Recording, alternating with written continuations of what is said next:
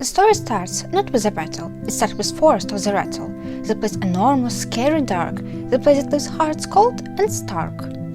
Three heroes of the New York City were working there to find the chimney, the only source of light and warmth, the last one hidden in the north. The first, a man, around 20. His eyes were filled with naivety. So weapons made his shoulders grim, the steady boy was named Armin. The second's name was Anne-Marie, her posture strong, her lips like cherry, her mind sharp, her smile cold. To her, all victory meant was gold. The last among the heroes, Ramanta smirk, every classmate called her a jerk. Yet she was witty, quick with banter, York's finest chemistry master. The others of chimneys lost their spark, the last was sleep along with the lark. Our heroes had time until sundown, where Armin would become the reigner's pawn. The trio stopped before the wood, a quick snack, then prepared for good. Armin was sitting far away, he feared his touch would make one pay. Ramanta told a quick joke. He thought the vapor was a harmless smoke, until the glowing glass liquefied his lungs. Such little wit was her mother tongue, but Armin laughed, completely unstunned, finding comfort in the orange it spun. The one who loves the icy current can touch his skin that feels like tyrant. Those were the words the prophecy said, and Anne-Marie's envy was fed by that. She viewed Ramanta as a friend, but Anne could never truly blend. The meal was done, the heroes too. Armin unfolded the paper and read the review. The clue to enter the forest was found. You just mustn't make any kind of sound. Anne-Marie shrugged without a sigh. She rarely spoke, just let things lie. Ramanta knows her face tense.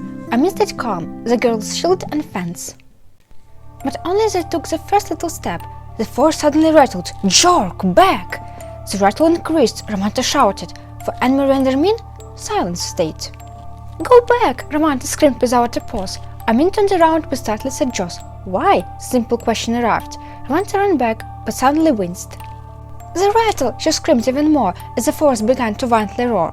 Armin came back right after her, and Marie was scared by Ramanta's stir. What happened? They asked. I can't go back. The forest sings. I'm mad. Armin frowned, clenching his fist. I'll show this forest who's in charge of this.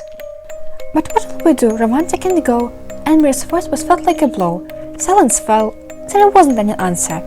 But this brown-haired girl was a true banter. She looked at Armin, then Ramanta there. The envy awoke with a venomous flare. If I'm with Armin, we will surely win. And when we return, my beauty will draw him in. Ramanta, my dear, why don't you leave? It's dangerous there, and we don't want to grieve. Admit you are no fighter, nor as clever as us. You only distract Armin. That's hardly a plus. Armin disagreed. How dare you say? If Ramanta goes away, how will we laugh, relax, or even chat? He didn't mention it was more than that. In love he was. Who couldn't tell? Ramanta was silent, extremely uncommon. It felt like it was the common sense they had to find. But while they thought, agreed, disagreed, isn't it interesting how it came to be? They weren't the chosen ones. That would be simple.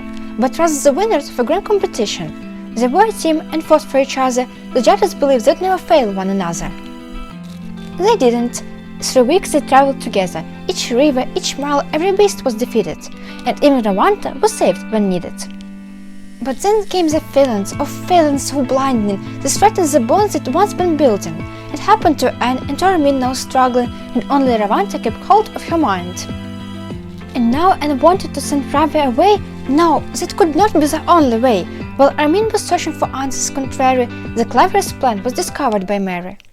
Why doesn't Ramanta wait for us here? She'll guard the edge of the forest frontier, and our supplies as well as the phones. After all, is it an option to hide them under stones? Why hadn't Ramanta asked what hid behind? Why hadn't she noticed the scheme so unkind? Why hadn't Yana Armin spoken a word? It's simple. The golden sun was going down, and in the deep shadows the chimney and Armin would drown. Ramanta stood there, watching from the side. She looked longingly at Armin as he started to stride. Until he and Anne-Marie vanished in the dark, the girl was left behind with a tiny hope spark. The hours crawled by like a shadow on stone. Ramanta was waiting, completely alone. The twilight dissolved as the evening progressed, and heavy anxieties weighed on her chest. Then right in the center, where darkness was deep, a sudden bright flame woke the forest from sleep.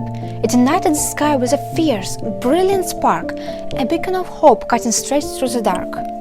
The clock kept on ticking as midnight arrived. The moon was up high, so the chimney survived. Its warmth was restored, and the danger was cleared. The doom of the valley was not what she feared. The silence returned, and the forest grew still. A terrifying emptiness hung over the hill. She searched through the trees in the pale silver light, but Hermine and Mary were nowhere in sight. No footsteps returned to the edge of the track, no shadows of heroes were traveling back.